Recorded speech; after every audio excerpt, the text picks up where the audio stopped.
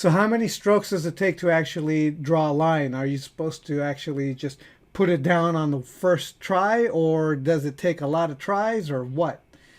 Today I'm going to be talking about actually physically making marks on the page. Hi, my name is Luis Escobar. I'm a storyboard artist on the Simpsons television show. I've been working on the show for over 20 years now. And I've actually gotten two questions that are kind of related. So I'm going to read to you what the questions are, and then I'm going to give you my answers to both the questions and maybe expand on it as I go. So the first question was this. I think one of the most confusing things for lay people when they see professional sketches is the multiple line business. I can't speak for everyone, but it's strange when you say to draw a straight line from A to B and see a smattering of lines between various points through the alphabet.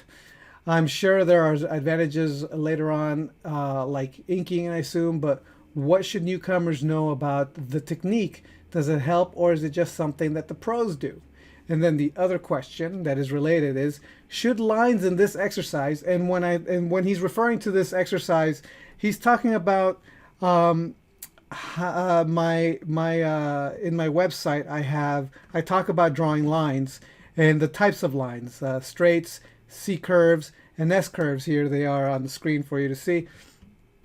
And at the very end, I have these exercises that I ask you to do so that you could get comfortable.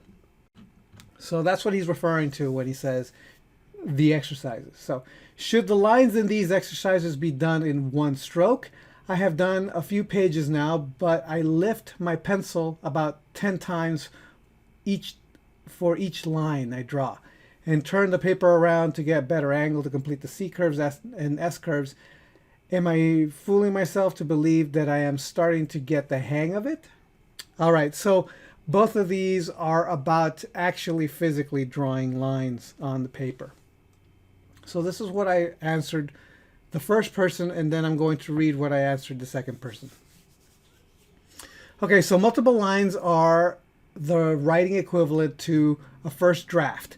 The artist puts down a line fast and it's not perfect, so he puts down another just as fast, which is also not perfect. He may do so more times, or leave it at 2 or continue on. Somewhere within the threshold of the multiple lines is the correct one. The artist, when roughing something out, is not concerned with perfection, just the idea. Like when a writer writes a first draft, it's more important to finish than to get it perfect. That's what consecutive drafts are for. Editing is much easier than getting it all down to begin with. But in order to edit, the writer must know grammar, spelling well. The writer must know when something needs polishing up, and they must know how to polish it. They should at the very least know how to write a clear, readable sentence. Drawing a precise line comes in when doing a final polish on a drawing is not necessary at the rough stage. Getting precise and perfect comes at the end when cleaning up or inking. That's when precision skill comes in.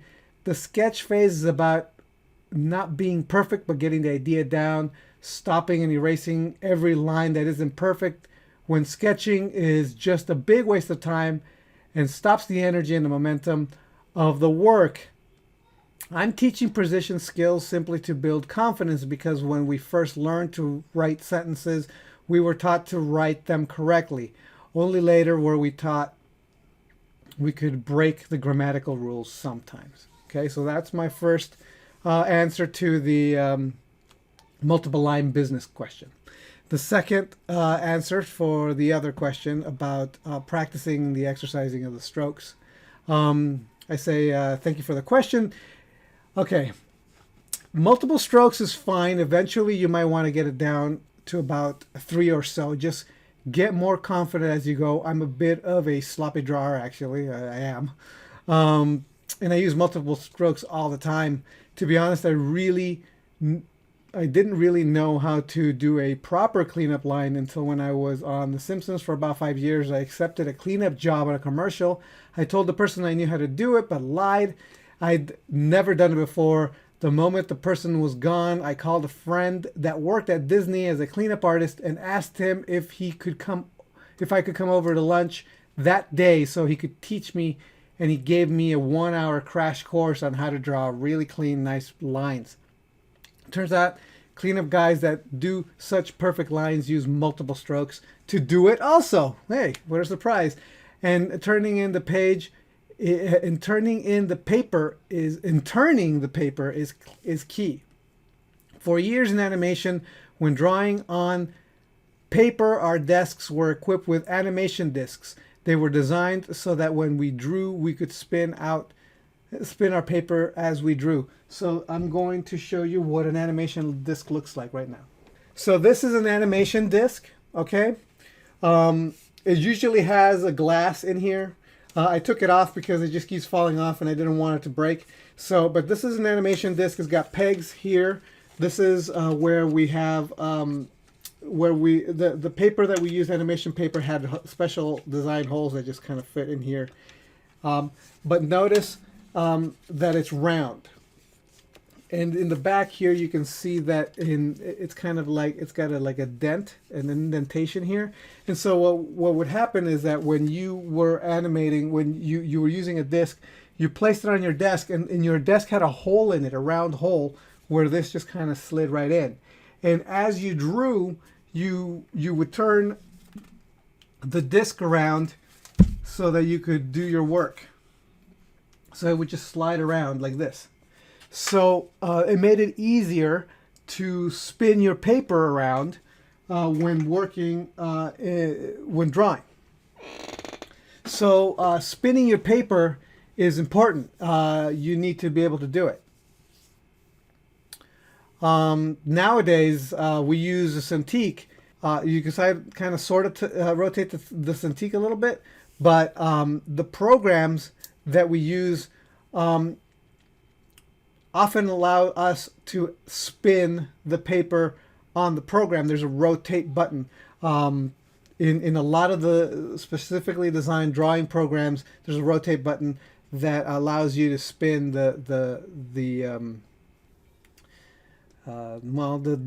canvas that you're working on digitally, so that you can basically do the equivalent of turning a sheet of paper while you're drawing. So spinning a paper is really, really important. And the reason why we want to be able to spin the paper around is because when we're drawing, there's a natural tendency for our arms to do this. And when you work with the natural pivots of your body, whether it's your arm or your elbows and like this, it's like a compass, you get much more precise control over the lines you make. So it's easier to make a straight line going along with the natural pivots of your body. Easier to make curves, especially when your body is already making a curve on its own, than if you're trying to just, I don't know, like just use your fingers, because it's a lot more difficult. So that's kind of what you want to do, is you want to be able to spin the paper so it works with your natural pivot points. That gives you much more control. All right. So it's perfectly okay to make first drafts, rough passes that you could then get another piece of paper, put it on top of, and then do another pass on top of with a slightly more precise line. The precision becomes better, faster, the more you do it, but it's okay to start rough and then work your way to slightly more precise. Okay, so I hope that clarifies a lot of this stuff. I hope this answers the questions, and you've got a lot out of it, and it's given you a little bit more to think about and more to work with when you are doing your own art and your own drawings. Okay. If you found this video valuable, I would like to encourage you to return value for value by becoming one of my patrons over on Patreon. Not only will you encourage me to continue making informative videos that are useful to you, but you get extra perks too. For only a small investment of $1 a month, you can get all new videos I create months before anyone else gets to see it. Also, if you have any questions you'd like me to answer as a patron, you get priority and I answer your questions first. On top of that, when you're a patron at any level, you become part of a raffle where I send original art via mail to the winner of that month. The higher your tier, the better your opportunity to win. Higher tier patrons also get access to any art I do in high-res JPEGs, and also full access to PSD files to any work I do, including the PSD files of these videos. Currently, there's a huge backlog of downloadable files you can get, so right away you're going to get quite a lot of bang for your buck. And the more patrons I get, the better these videos will get. The more content I can produce. In other words, the more you benefit. Please consider becoming a patron. Thanks. The link to my Patreon is on the screen and in the description of this video. So thank you so much, and I'll see you next time. All right, bye.